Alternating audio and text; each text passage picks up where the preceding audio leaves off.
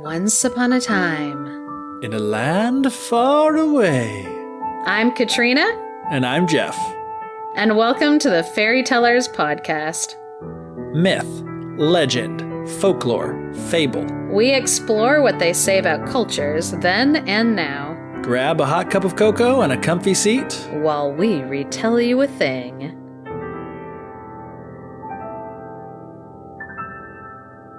Welcome back to another great episode of the podcast. Before we get things started, Katrina, I have some questions for you. First, I'm going to list off some places, and I want you to tell me what they have in common. Thailand, Malaysia, the Netherlands, Indonesia, the Czech Republic, New Zealand, Denmark, Laos People's Democratic Republic, Colombia, Nicaragua, Guam, Egypt, Bangladesh, Morocco, Iraq, Iran, and Luxembourg. Are those places that have started listening to us? Those are places where we have listeners of the podcast. And that's not even the entire list of countries. We have listeners throughout the entire world. But lately we have seen a surge of listeners from outside the United States where we are based. We've mentioned Thailand before. We've mentioned Turkey before. Another big up-and-comer is Malaysia.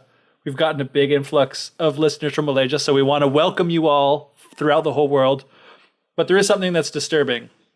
Out of the 50 United States, we have listeners in 47 of those states.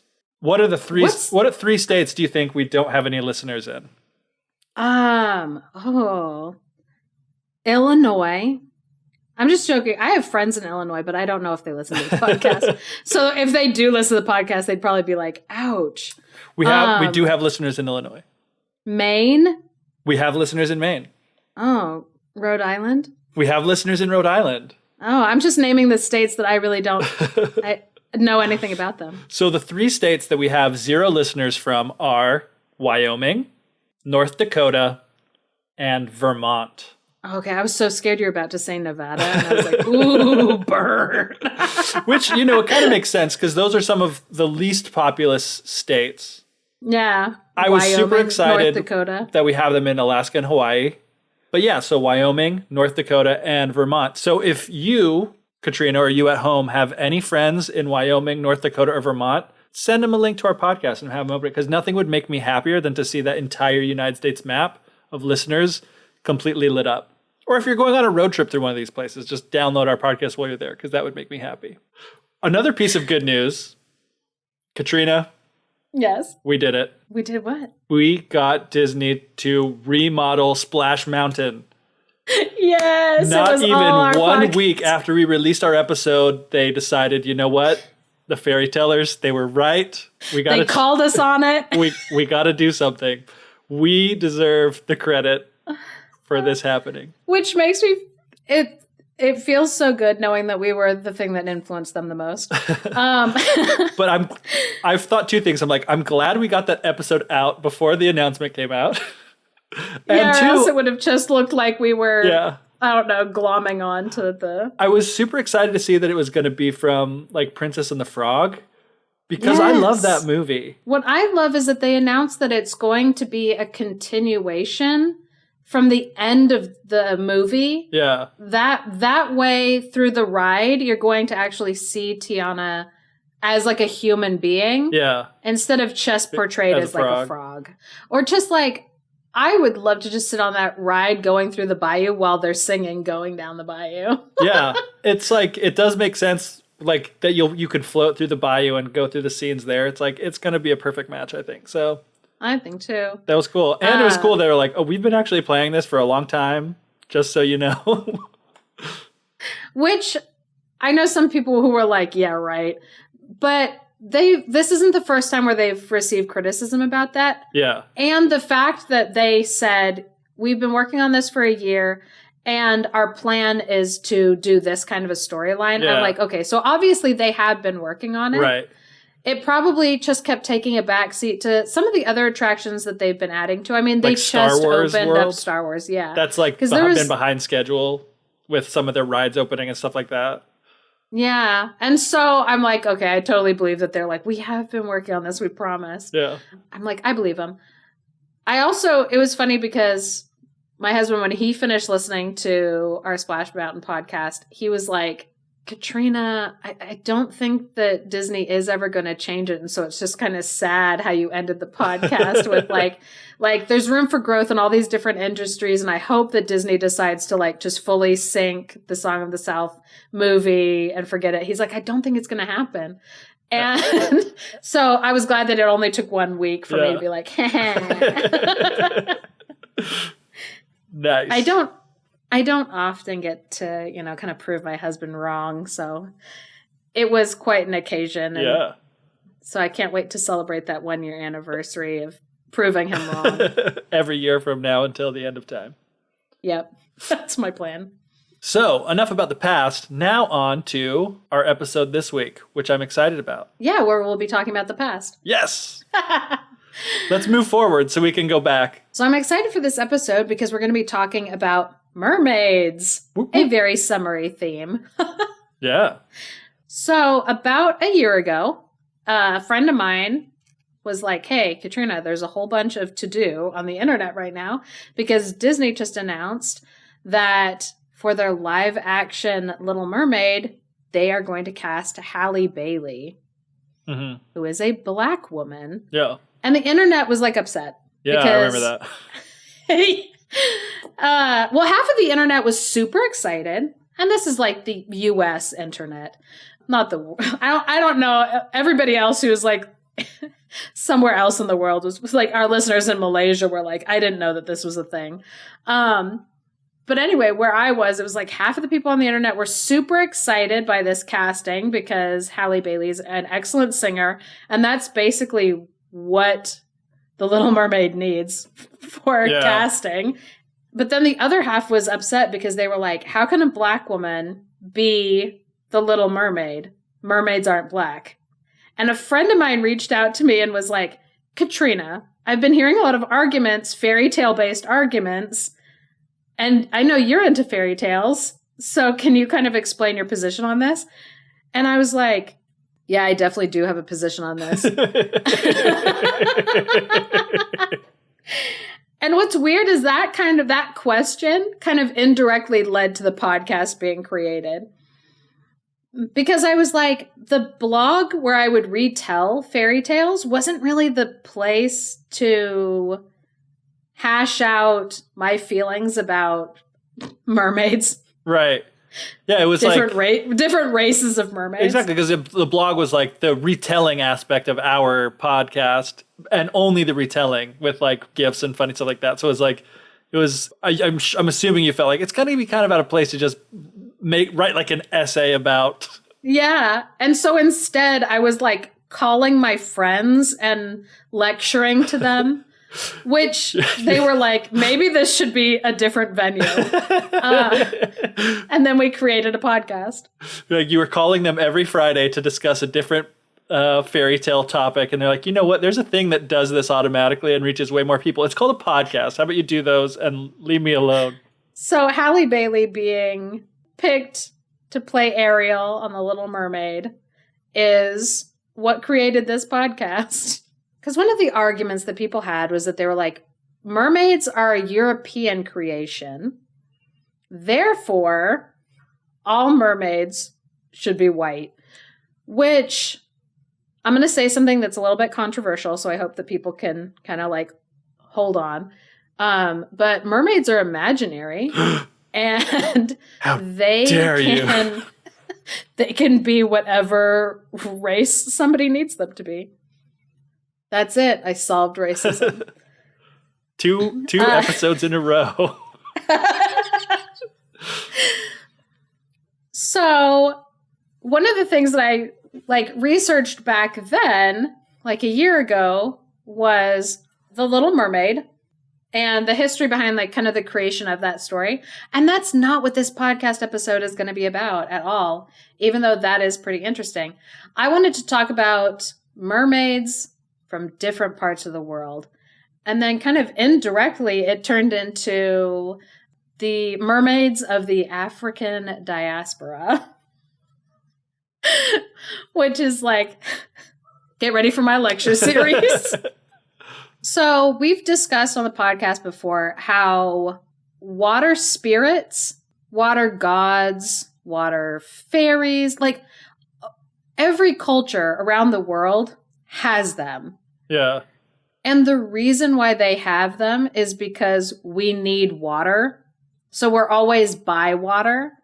But water is also dangerous. Yeah. And so people need something to warn their children away from the water so they don't drown. But also people need water. And so in mythologies, there's always this like real tension between like water being life-giving and also a place of, yes, life-taking. A deadly force. Yeah. And so the idea that like that mermaids are European is kind of just a dumb argument. Because if you do any kind of just casual look into it, you'll see that like water spirits, stuff like that, it's everywhere. So if you want to get a little more nitpicky about saying like, oh, no, but I'm talking about half lady body and half fish body, then stuff starts getting weird. And real, I don't know, it's really interesting how stuff started forming.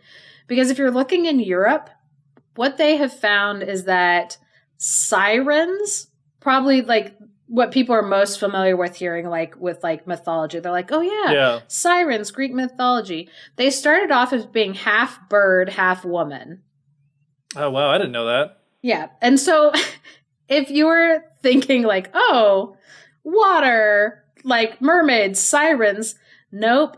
And from the research that I was doing, even looking into medieval art, like in Europe, researchers still don't quite know why it went from depicting them as winged to being more serpent and fish.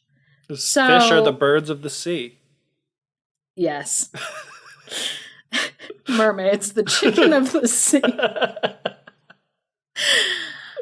So, oh, and there's also a lot of stories about creatures that they look like a full animal, but then they can take off their skin and now they're full human. So they're never half. They're like one or the other. They're full on both. Yeah. At different times. Yeah, whether it's stories of them shape-shifting from swans or seals, as in like the selkie, or frogs, And all of them, interestingly, have kind of stories where if they take off the skin, they look like a human. And if you take away the skin, then you have like control over them, and then they find the skin. And it's so interesting because there's so many of those stories of like different animals where it's like, and then the woman took off the skin. Ah, the man hid the skin. Oh, they had babies together. Oh, the woman finds the skin and leaves her husband and children and like abandons them. There's stories. Even Mario puts on the skin of like a raccoon and he can fly. Yes, that's very relevant to what we're talking about. Probably it is, though. I think it is, because I think that comes from something in Japanese folklore about a similar sort of thing of like putting on skins and taking off skins and whatever. There's even Inuit myths of this happening.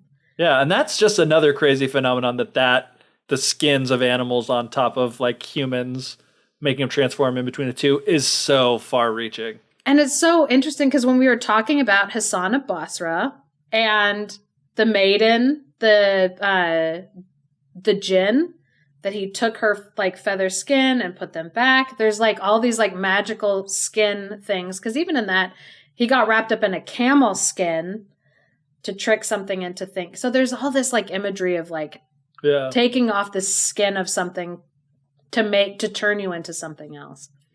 And so then it's fascinating when you find it, like in Japan, like Inuit people, it's like everywhere there's this like kind of theme. So you have stories like that. Then you also have water spirits. or water sprites. And these are like, we talked about rusalka or rusalki in Russia. Yeah. And we talked about that in our monsters episode. Yeah, and in that same episode we talk about, I mean, they're male creatures, but like the bolto in the Amazon. Yeah, so you have like all of these water spirits where they either are like fairies that can either be very helpful or very treacherous, just like water itself. And you also have stories where people are telling their kids not to go to the water because you'll be drowned. And so those are kind of like warning stories. And in those, the character isn't necessarily a mermaid because it's a water spirit. Yeah. And in different areas of Africa, you do have stories of gods in the mythology or goddesses in the mythology who are half fish, half human. Mm. And the weirdest mermaid is the like Starbucks logo. Yes. Because she's you are right. got Two-tailed. two legs, but they're just both fish legs. Yep. And usually she's depicted spreading her legs, like spreading them to the side. And so mythologists, I was reading about that art in particular in the medieval folklore book, and it was talking about like they don't know whether that is like something that's sexual or whether like they're like, why is it always holding its legs like spread apart? Yeah. It's so weird. I just actually Googled it, and apparently they're saying like supposedly Starbucks claimed it's derived from a twin-tailed siren in an old 16th century Nordic woodcut. Here, I'll grab my reference for like what I have. This is actually Medieval Folklore, an encyclopedia of myths, legends, tales, beliefs, and customs. And under mermaid, it's only in the 12th century did mermaids begin to appear east of the Rhone, and many of these introduced a distinctive new icon, the girdled twin-tailed mermaid. With an uplifted tail in each hand, she assumes a spread eagle pose some have interpreted as sexual display. Although these mermaids may appear to continue the tradition of the siren as prostitute, they're apparently derived from images like that preserved in a Roman painting entitled Sirena, fair weather, not siren. Sirena's gesture may well have contributed to the mermaid's reputation as a sexual predator. Indeed, the mirror and comb, a fundamental component of depictions of the Whore of Babylon, did not become a standard feature of mermaid iconography until the 14th century. So people have seen that image of like a two-tailed mermaid, but scholars don't really know why. Like why that print was made, or even like what that art is necessarily trying to depict. Yeah. And so because it's spread eagle, it looks like it might be a sexual connotation, but they just don't know. And at least from what I read. Walking around with it on our coffee cups every day. So I'm like, if people have heard a different theory about what it means, let us know. That'd be fascinating. So that's some like early art, that two-tailed. But in South Africa, there has been older mermaid art. So if people look up Karoo, Karoo, desert mermaids, if they look that up, they'll find information on these South African mermaids. So they can look up a picture and look at them themselves. Because some scientists have looked at the picture. To me, they fully look like top half is human being, lower half is fish. But there have been other scientists who have looked at that and they've said, oh, to me, they look more of like a desert swallow, a bird that has that like forked tail. But to me, the bodies are too elongated and their arms do not look like wings. Yeah. But the reason a lot of people are skeptical about like whether or not they're mermaids is because, again, they are in a cave in South Africa and the paintings themselves are thousands of years old. And so people are like, oh, were there even tales of mermaids back then? And then there are some tales of mermaids. And then there are some people who actually take this as proof that there might have once been humans that were mermaids, because South Africa right now is considered the, what is it? The cradle of humanity. Not the cradle of civilization is in the Fertile Crescent. Uh-huh. But the earliest Homo sapien ancestors have been found in the South Africa region. Wow. And so people have taken this as like, oh, well, maybe these are drawings of people that they knew and when mermaids really were on the earth. That is not something that I'm like, that's not my kind of science. I know there are people who are in this world who believe that mermaids are real. So they can see that as kind of like evidence that maybe there were real mermaids. And so considering like some of that earliest imagery of mermaids as half human, half fish are seen in Africa, we can't necessarily say that like, oh, mermaids are European. Right. Like there's really, when you look back that far, there's not really proof of that. Especially when you get specific about it having to be like that your definition of mermaid is half person, half fish. Yeah. Because there's lots of examples of a range of that, like, oh, they just wear the skin of an animal. When they take it off, they're fully human. Right. Or they're mythical, or even that their head is a human head, but then the whole rest of them is a fish. Like, there's a lot of in between. A lot of variation in between. Yeah. I have a question about, so like in the name too, like mermaid, which I don't actually know where that comes from in English, but you know, when you see like a Disney movie or whatever, they're obviously like male and female mer folk. Yes. As far as like the folklore roots, how does that go into it? Because I know, you know, they talked about something you just were mentioning about how they think it maybe it has something to do with sirens and stuff, which were typically female, at least in European folklore. But is there anything about that in the kind of the folklore roots of it, or where does that come into play? So the name mermaid, there are lots of variations on the word depending on like the language and the culture. But most of them, especially European ones, but also I believe in some Asian countries where they've like recorded like the name, it usually has some kind of connection of sea, water, ocean, something like that, and then woman. And so the name mermaid is basically just means like ocean woman. Right. And then there's also like ocean man. And so there's mermen and mermaids, merfolk.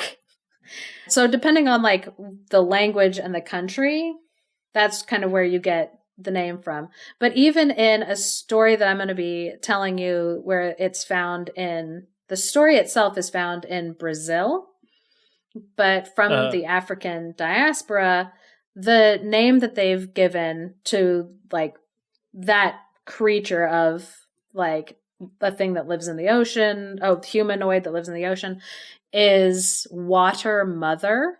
And so all of the words kind of tie in that idea of like water person, whether it's a water man or water woman or like creature of the deep. So what I always thought was interesting was it seemed like every story where somebody was talking about like somebody seeing a mermaid, they always, no matter what the thing looked like, they were always like I saw a mermaid and its top half was a woman. It had huge, ginormous breasts. The rest of it was weird and ugly, but the breasts were spot on breasts. And I'm like, why are you saying, like, what in the world? And a lot of those stories came up as people were traveling more and more, longer and longer voyages on boats. Mm-hmm. So, of course, you have a lot of those stories in Europe because the Vikings had the technology boat technology to travel farther distances than a lot of other people at the time. Yeah. And so it makes a lot of sense to me that they had a lot of stories about things that they were finding like in the oceans of like other places or sightings of other things because they were on the ocean for longer periods of time. Mm-hmm. And so what's also interesting to me is how the cultures interpreted these creatures. these merfolk, that when, like in Europe, a lot of the times, if you saw a mermaid, it was tied directly to like good weather or bad weather. Mm-hmm. And that makes sense because when you're sailing on something as unpredictable as the ocean, Yeah. you want something that you can be able to tell the forecast, the weather forecast, and like looking for signs of stuff. Be very beneficial. Yeah. And so saying like, oh, if you see a mermaid, that means that you're going to have bad weather. If it's swimming away from you, it's bad weather. But if it's swimming towards you, it's going to be good weather. Uh-huh.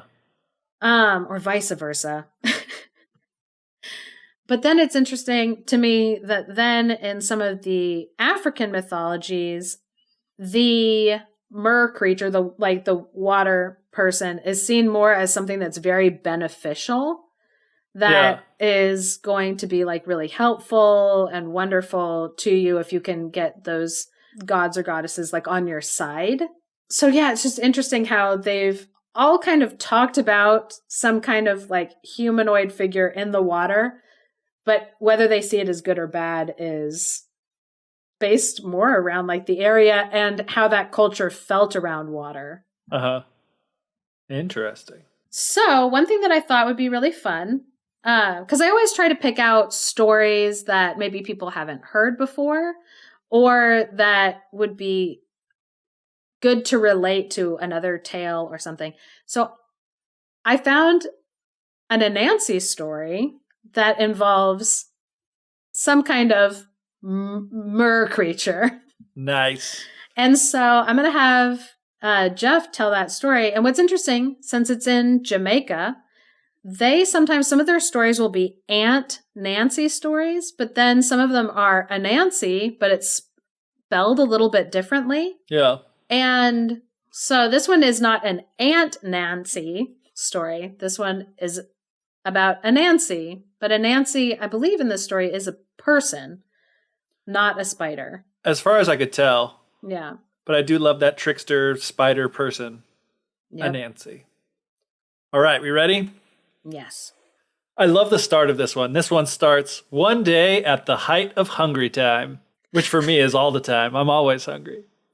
But I'm assuming this means, it's just mealtime, maybe lunch. So one day at the height of hungry time, there's a blackbird who has a feeding tree by the sea, and he would go there every single day to eat. Well, one day Anansi comes up to this bird and he's like, hey, brother blackbird, please carry me to your feeding tree. And the blackbird's like, no way, man, you're going to eat all my food. And so Anansi's like, no, I promise I won't. Like, we'll just go there and we can share. And blackbird's like, well, you don't have any wings, so how are you even going to get there? But then I guess Blackbird had this sudden idea. He was like, oh, I'll pluck out some of my feathers. So he plucks out 2 feathers from his tail, 2 feathers from his wings, 2 feathers from his back, and 2 feathers from his belly, and sticks them into Anansi to kind of make wings for Anansi. And so Blackbird and Anansi fly to the sea to find Blackbird's feeding tree. So Blackbird spots a delicious morsel he wants to eat on this tree. I don't know if it's like a seed or a fruit or a bug or whatever, but he goes up to eat it, and Anansi's like, oh, wait, that one's for me. He's like, okay, so Blackbird flies off to a new branch and picks out a new thing to eat, and Anansi's like, oh, wait, no, that one's for me too.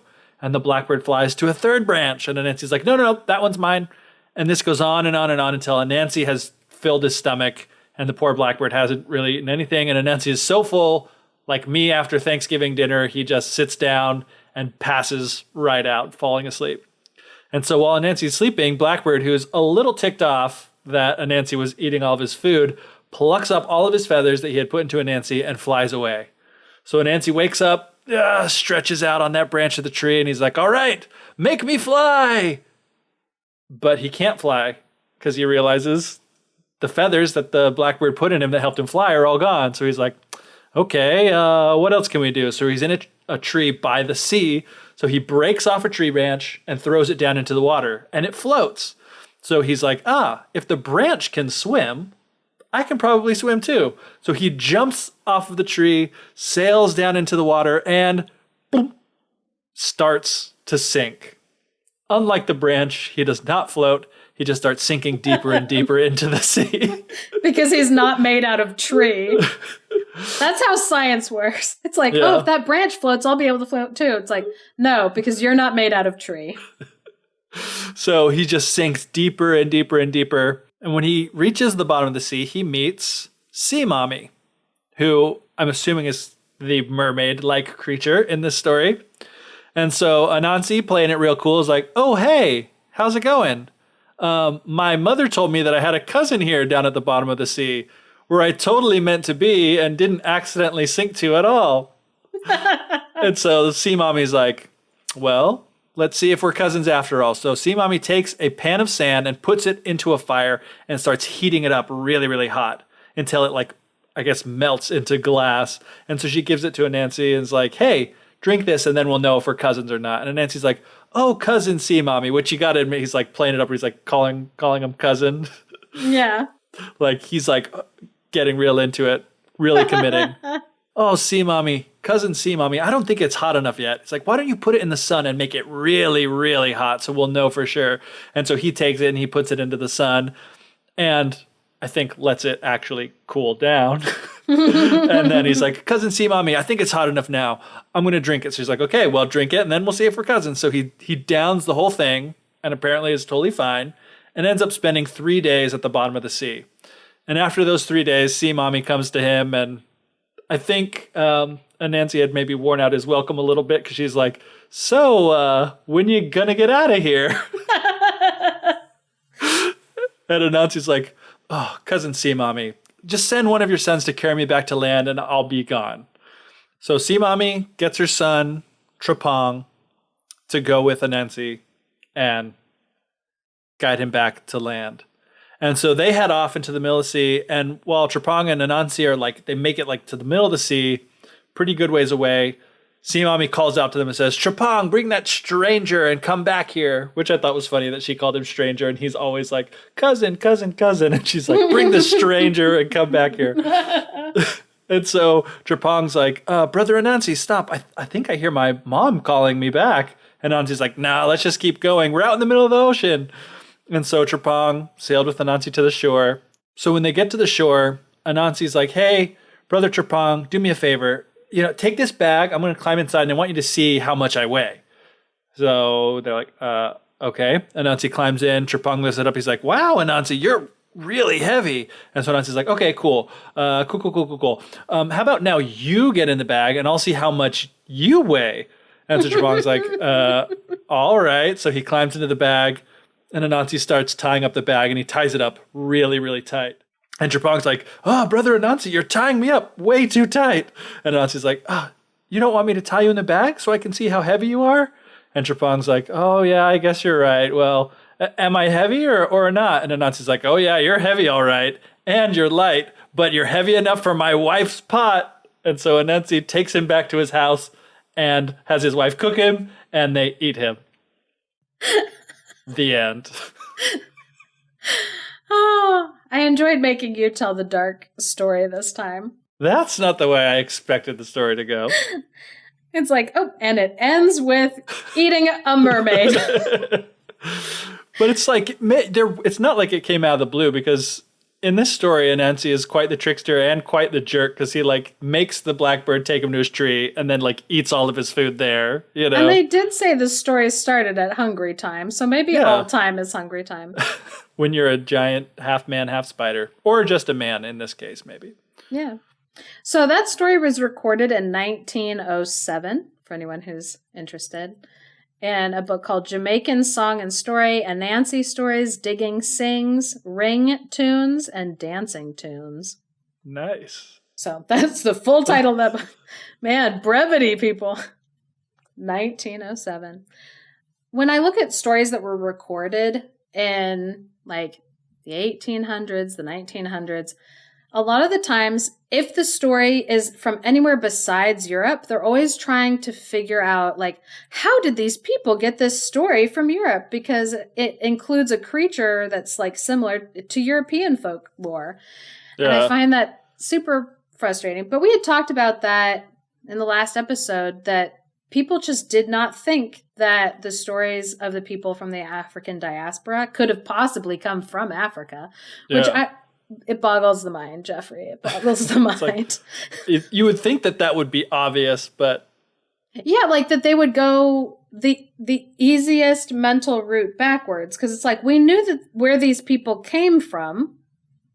So why wouldn't you check there first? Like, why would they be like, oh, these must be stories that they borrowed from all these other, like, no.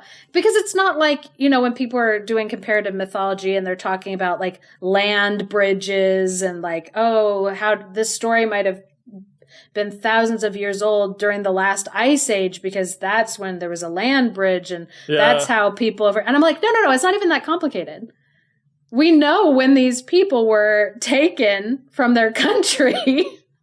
And we know where they were taken from. So it shouldn't be that hard to trace their story back to Africa. But people thought, like, a lot of work hadn't been done to record African stories. And so a lot of people just thought, like, oh, this story reminds me of a creature or a story that I heard when I was younger from Europe that has European roots. Therefore, this story must have like European roots. If there is a mermaid creature. It's indicative too of their mindset, like of the time. Yeah. So that is a story that was from Jamaica, and I have a story that is from Brazil, but it's Afro-Brazil, meaning African Brazilian, for people who don't know. And so people were kind of tempted to like look at this story and say, oh, maybe they got this plot line from the Portuguese that were in the area, because that, directly takes it back to Europe by just being like, oh, this must be Portuguese. But I'll show you how I got back to a different place when I'm done telling the story. I'm excited for both the story and the explanation. Okay, so this story is called The Man Who Took a Water Mother for His Bride. So really quickly, water mother is actually a Brazilian word for a mermaid-like creature. Mm-hmm. So in the story, it sounds a lot like she has a fully human body when she's on land, but then is half human, half fish when she's in the water. Mm-hmm. And so I'm still going to call this one a mermaid. But yeah, the term in Brazil is apparently water mother, except that it's in Portuguese. So there once was a man named Domingo, and he was very, very poor, and he lived by a river. He didn't have any family. He lived in a really small hut, and he could barely produce enough corn in his garden to keep himself alive. So no matter what he did, his crops never really flourished, couldn't really produce a whole lot. And apparently, even though everybody in that area where he lived was also very poor and hard up, he was the poorest of all of them. Oh, man. So early one morning when he went out to pick himself a couple ears of corn in the small garden patch that he had, he realized that some of his corn was missing. And that made him so mad because he had so little to begin with. Yeah, it's like, I'm the poorest. Why are people stealing from me? Exactly. So after that happened the first day, he was, frustrated. But after it happened the second day, he was super irate. And he was like, I'm going to catch whoever is stealing my corn. So, which I'm like, fair enough. If that's like your one source of food and you would suspect that your neighbors keep coming in there and stealing your ears of corn, yeah. So the next day, the sun went down and he went out with a knife into his cornfield, which totally sounds like a normal thing to do. It's like, that sounds like the beginning of like a horror movie. Like he went out with a knife in the middle of his cornfield. So he covered himself in grass and straw so that he could hide from visibility, and he waited. The moon moved across the sky.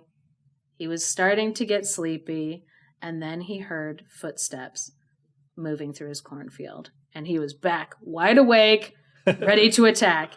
And so he sat and he listened until he heard somebody crack an ear of corn off of the corn stalk.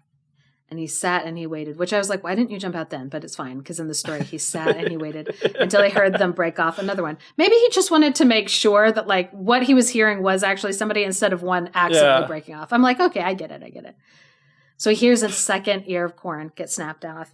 And he jumps out from behind the corn with his knife, ready to attack. And what does he see there? A beautiful woman. Yep, of course.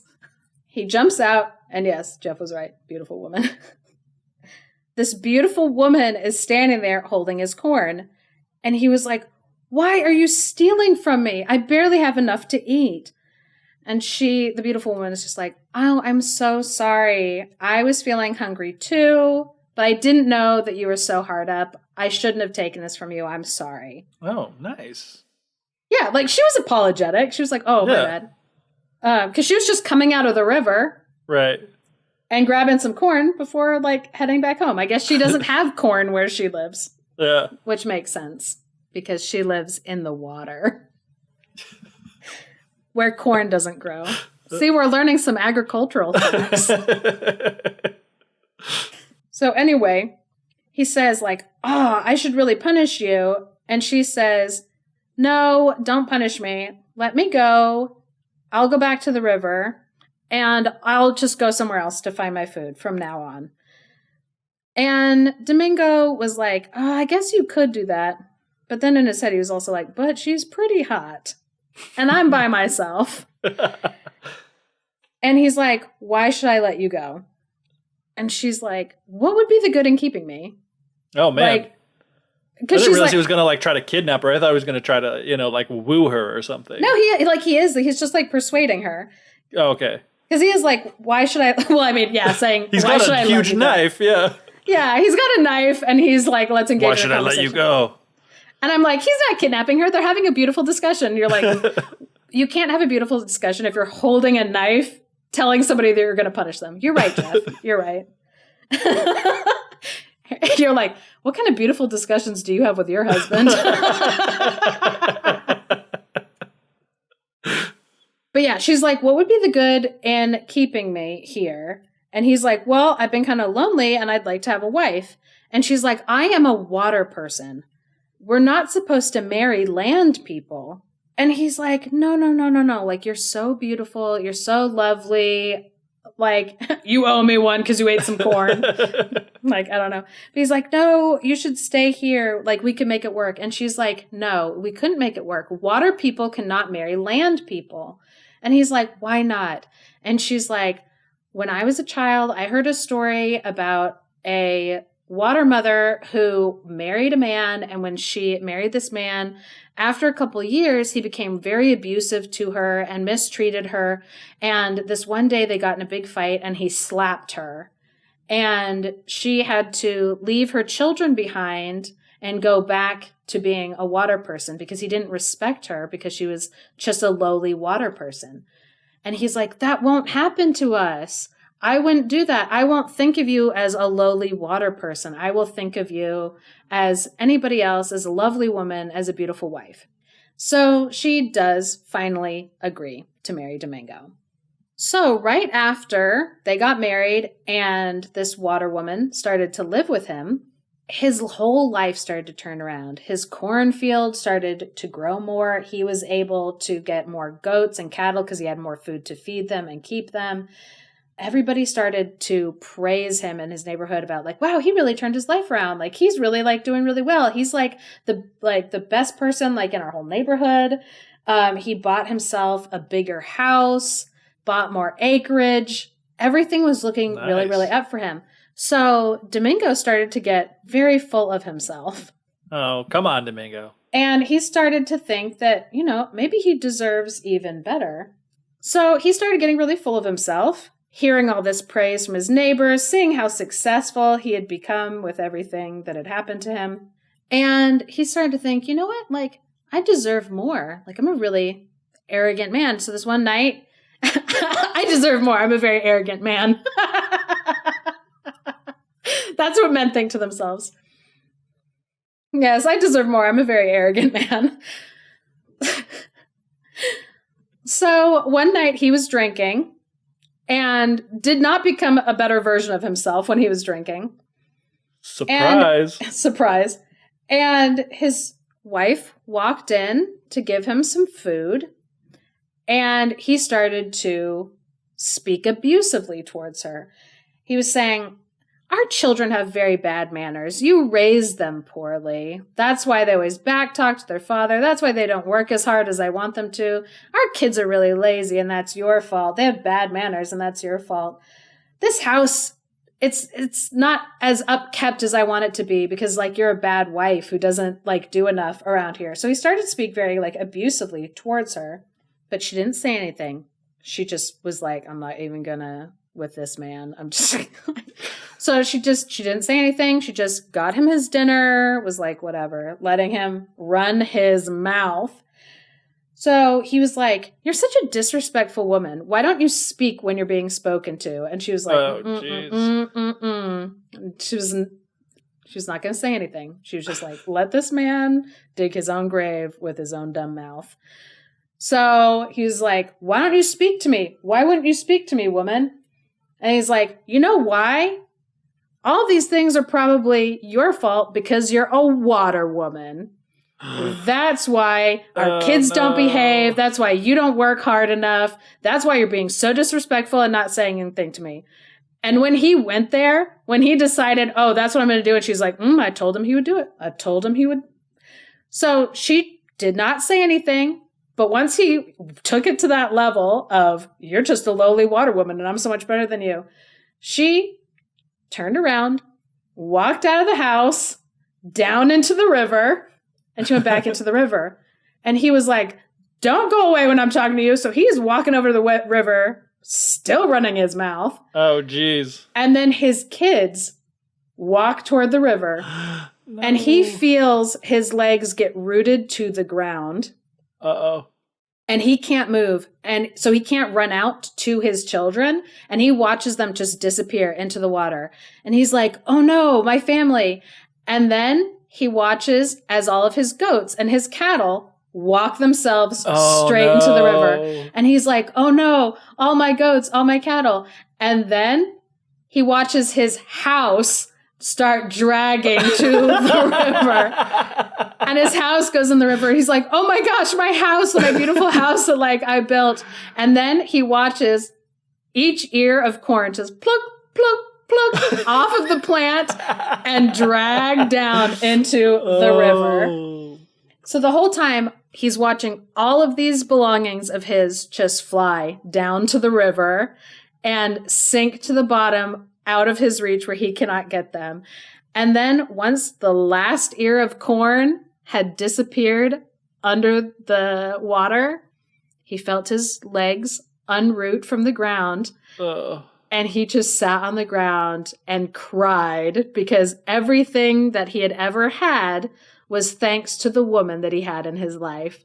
But he had abused her and mistreated her, and now he had lost her and all of his fortune forever. Lost everything. I'm like, that's what you get. So we've talked about before how stories about marriage pop up in every culture. And they usually, the reason why marriage and love relationships pop up in every single culture and all these different stories is because people have been making out with each other since the beginning of time.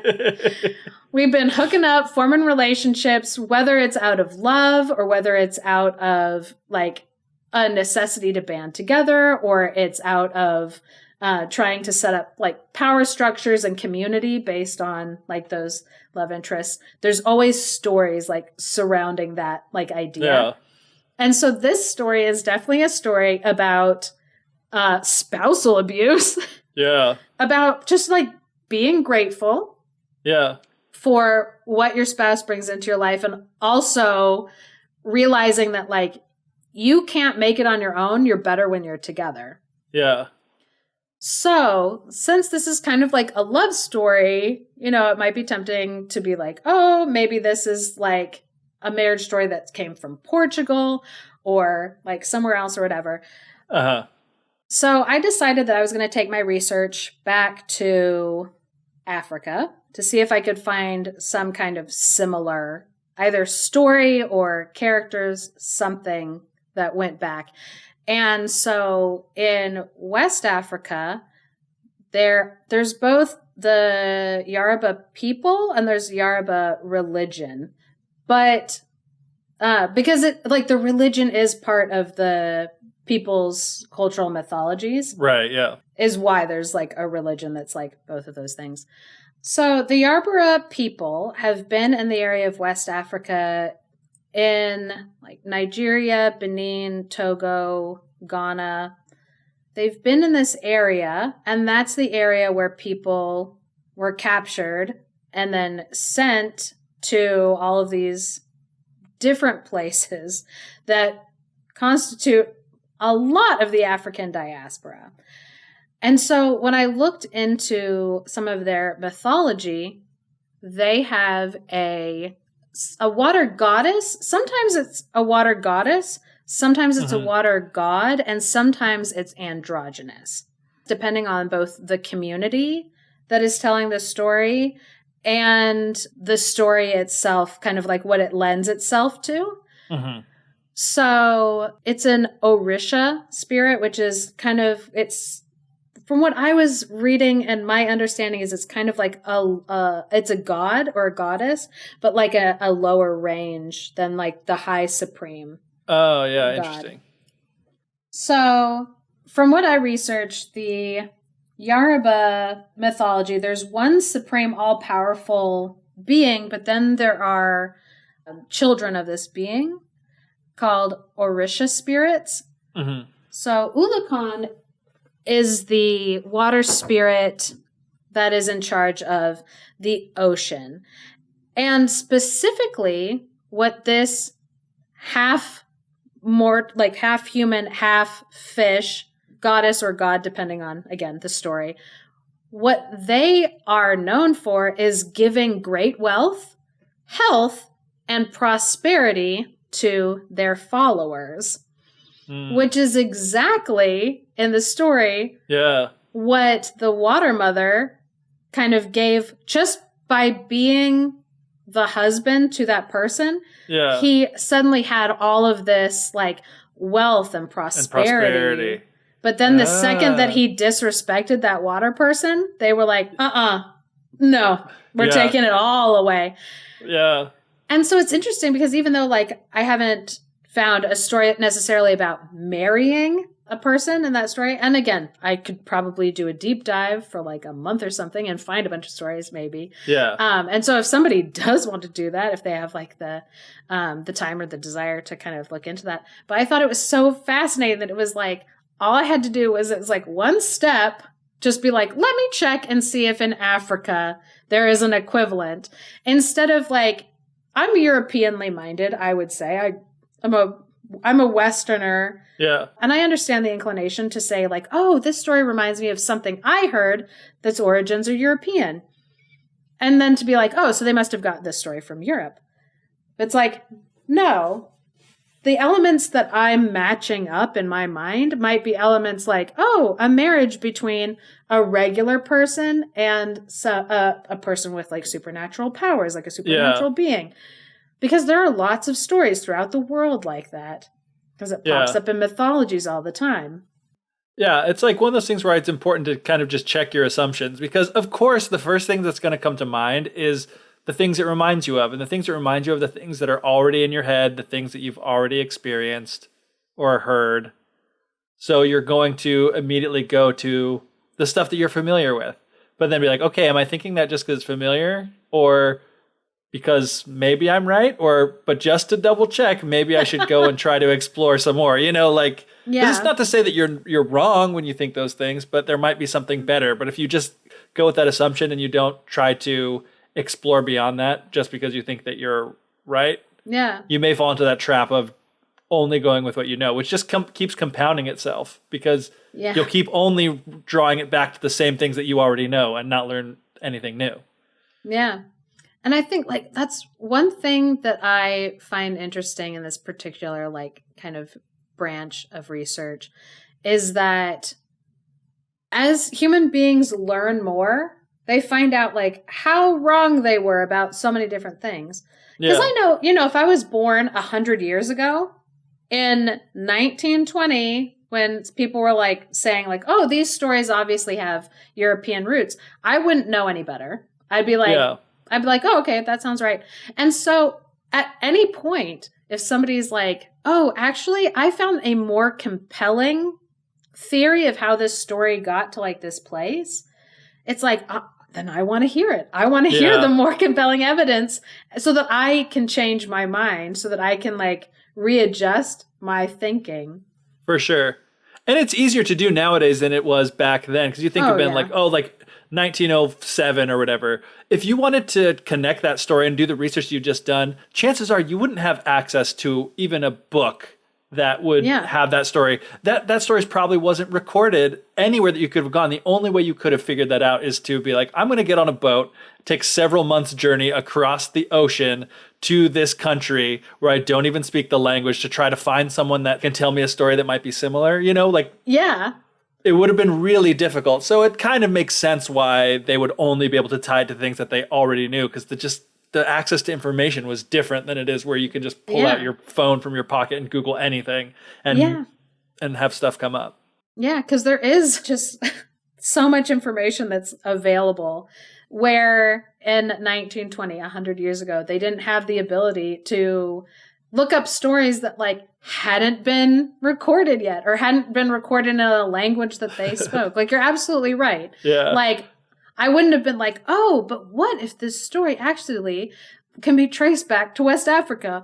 Better get on a boat and like interview a bunch of people in Nigeria. You had to be really, really, really motivated to go through all of that. And probably get some kind of grant money so that you could, afford to live to get over there. Take a really long boat trip over to... But that is the cool thing about living in today's age. There's so much access to information. I just know too, like, I'm not a fairy tale scholar by any means. The only thing I know about fairy tales, basically, I've learned from this podcast, just like you at home.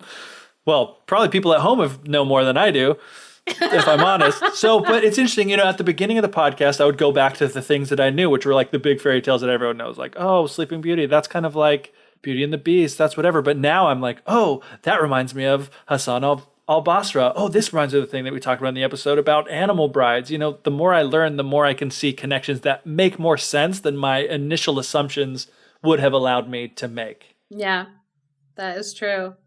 So the idea that mermaids belong to any one culture is just so misguided.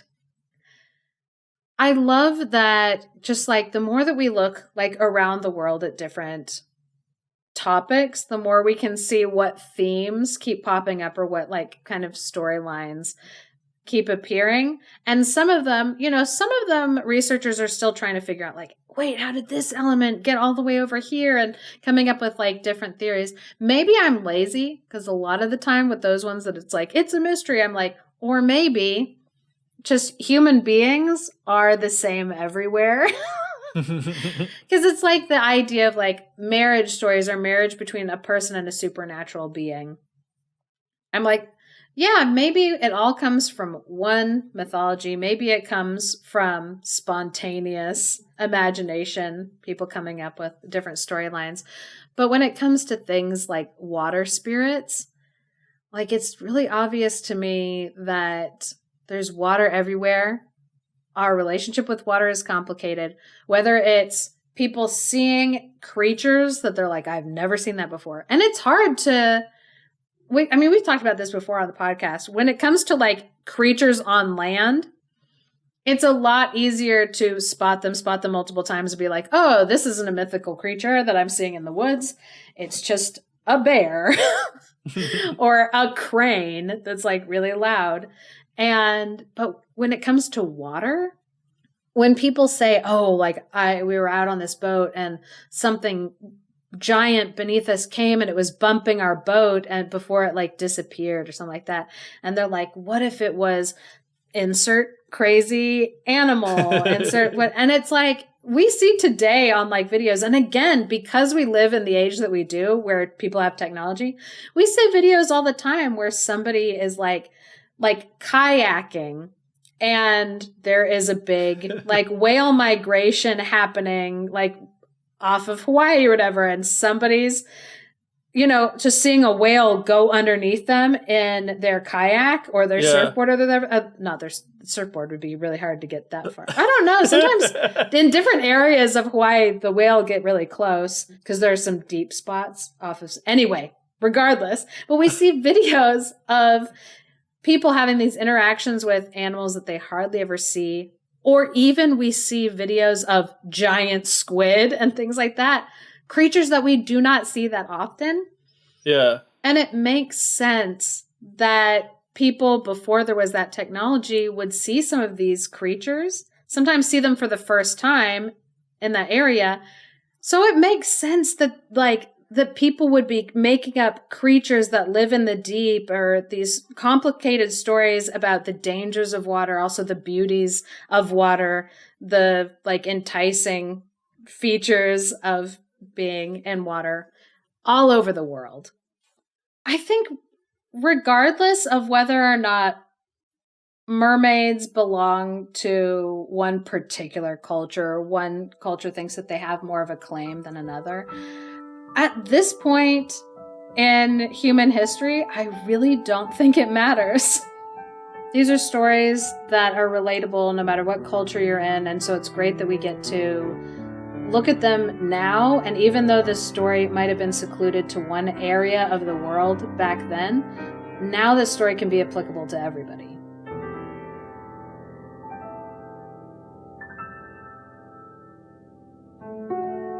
Thank you for listening to The Fairy Tellers. If you are enjoying what we're doing, please support us by leaving us a review or share us with your friends. Special thanks to Andrew Forey for our music and Clarice Inch for our artwork. If you are a dreamer, come in. If you are a dreamer, a wisher, a liar, a hoper, a prayer, a magic bean buyer, if you're a pretender, come sit by my fire, for we have some flax golden tales to spin. Come in, come in. Invitation by Shel Silverstein. And misinterpret either what they were seeing or invent something crazy. Oh no, I think my guests are here. Because my dog just started barking like freaking crazy. the F out. So it makes sense to me. Bambi, stop barking. So it makes sense to me. Oh God, that dog. I'm quickly trying to finish this up.